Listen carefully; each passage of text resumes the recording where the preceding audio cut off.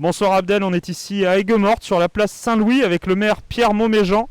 Monsieur Mauméjean, vous avez décidé de maintenir un marché de Noël du 19 au 23 décembre. Expliquez-nous un petit peu comment ça va s'organiser à Aigues-Mortes.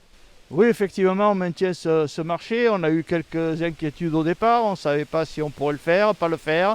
Donc on a pris toutes nos dispositions pour qu'il se tienne comme d'habitude, avec peut-être quelques changements au niveau des chalets qui seront plus dans la perspective d'une région camarguaise.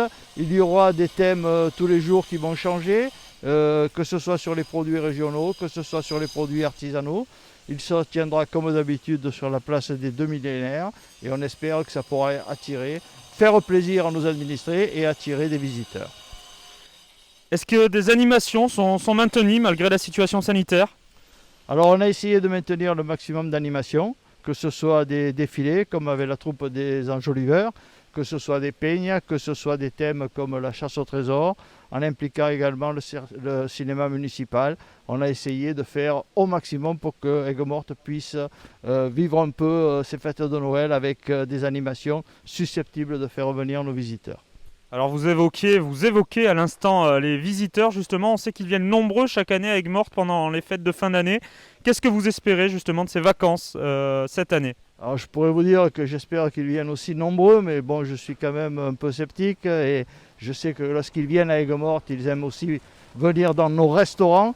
Et cette année, malheureusement, nos restaurants seront donc fermés. On espère quand même qu'ils viendront profiter du charme de notre cité médiévale. C'est vrai qu'ils viennent régulièrement assez nombreux entre Noël et le jour de l'an. On fera tout pour qu'ils viennent autant que possible, en espérant que ça se passe bien pour nos commerçants. Bon alors juste en face de nous, sur cette place Saint-Louis, il y a l'église qui est en travaux depuis plusieurs mois. Où est-ce qu'on en est justement de ces chantiers?